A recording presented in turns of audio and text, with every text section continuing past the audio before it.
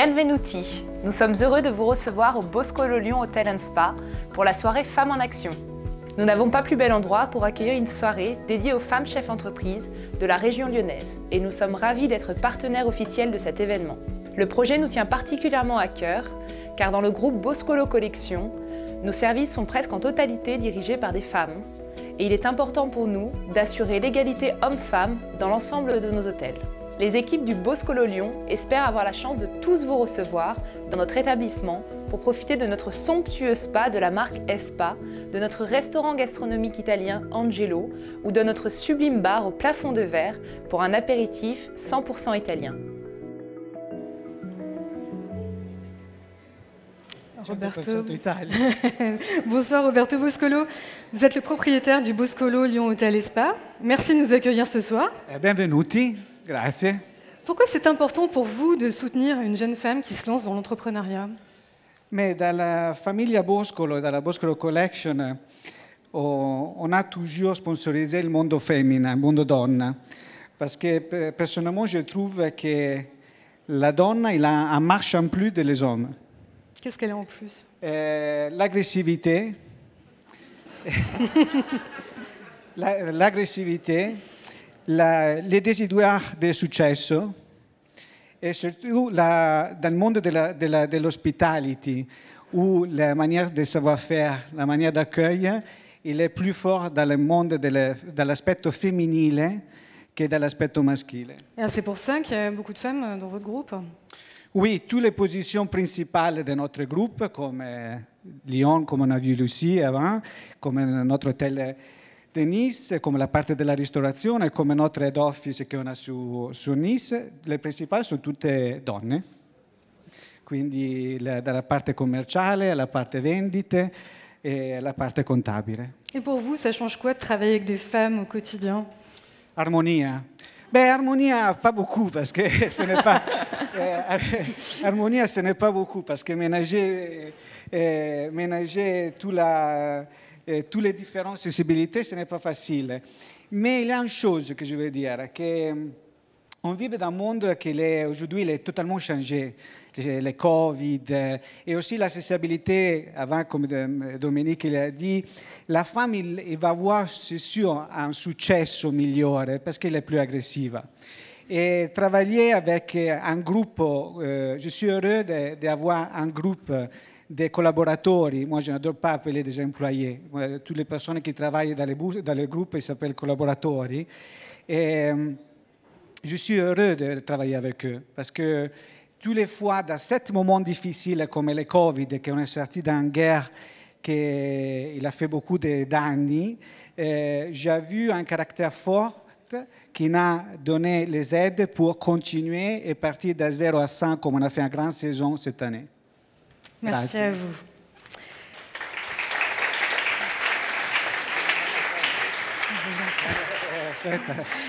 Alors, les nommés pour ce trophée de la femme jeune pousse sont Charlotte Petit, fondatrice de Café Naka, Anne-Sophie Thomas, cofondatrice de Gestia Solidaire, Audrey Marcelino, fondatrice de Praline et Rosette. Roberto Boscolo, je vous laisse appeler la lauréate. La vincitrice, c'est Anne-Sophie Thomas. Bonjour, je m'appelle Anne-Sophie Thomas, je suis la cofondatrice de Gestia Solidaire. Donc Gestia Solidaire, je l'ai cofondée avec mon frère Emmanuel il y a maintenant 1 an. On a voulu vraiment créer une nouvelle forme d'agence immobilière vraiment unique, capable de réconcilier en fait les intérêts des propriétaires qui louent et les intérêts des locataires qui vivent un parcours du combattant quand ils ne rentrent pas forcément dans les critères classiques qui sont de gagner 3 fois le montant du loyer, avoir 2 garants et un CDI. Je suis très heureuse aujourd'hui d'être lauréate Femmes en Action catégorie Jeune Pousse, puisqu'on a vraiment un projet à impact. On a envie de créer l'immobilier de demain et c'est vraiment pour ça qu'on a décidé de créer Gestia Solidaire aujourd'hui.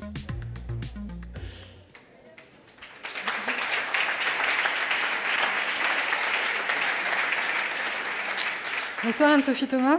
Bonsoir. Vous êtes cofondatrice de Gestia Solidaire. Alors c'est réconcilier les intérêts des propriétaires avec les besoins des locataires, comme vous l'avez expliqué dans la petite vidéo. Comment est venue cette idée?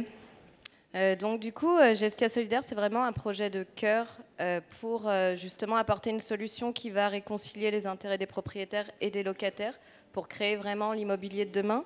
Mais ça vient aussi de mon parcours professionnel, puisque j'ai eu la chance de grandir dans l'immobilier solidaire au sein d'une foncière qui s'appelle Ethic pendant 6 ans, et de partir au Canada faire des études en MBA en économie urbaine et de faire une thèse. En fait, là, j'ai découvert vraiment la problématique du mal logement avec les rapports de la Fondation Abbé Pierre qui mettent en avant, et là on l'a vu avec la crise Covid, que peut-être il y a un noyau dur de personnes sans abri, mais c'est à peu près 100 000 personnes.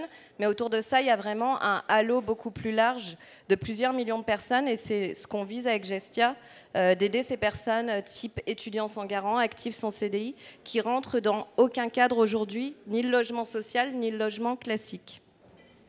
Vous avez lancé votre entreprise en mars 2020, tout début de la crise du Covid. Comment vous avez traversé ces derniers mois? Alors, on a créé parce qu'on avait déjà des premiers clients. Le Covid est tombé un peu par hasard, mais on ne s'y attendait pas. Mais du coup, ça a permis quand même de mettre en exergue que, justement, il y avait cette population invisible. Et pour nous, ça nous a aidé quand même à mettre en avant, gagner en visibilité sur notre projet. Donc ça a été aussi un levier pour notre développement rapide, puisqu'on a seulement 18 mois et on a déjà 100 biens à Lyon et Paris. Alors quels sont vos projets? Donc aujourd'hui, les projets, c'est vraiment de développer Gestia Solidaire sous forme de réseau. Donc dans toutes les grandes villes de France, on a déjà Paris, Lyon. Donc on commence à avoir vraiment des biens en gestion. Et le but, c'est de vraiment tripler nos biens, donc d'arriver à 300 d'ici la fin de l'année et de lever des fonds pour accélérer des villes comme Lille, Marseille et puis les départements d'outre-mer. Donc c'est vraiment les projets. Donc j'appelle à tous les propriétaires, bailleurs qui ont des biens ou qui connaissent des bailleurs sociaux ou des acteurs du logement à venir nous rencontrer pour voir ce qu'on fait et peut-être porter des projets de logement intermédiaire. Merci à vous. Merci.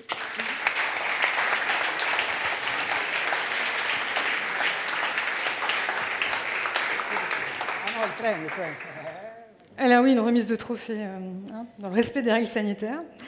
J'en profite pour vous dire que notre partenaire Zarine offrira un magnum de champagne à chaque lauréate, que The Village offrira un cadeau Baccarat et que le salon Alexandre de Paris offrira aux lauréates un moment bien-être. Voilà.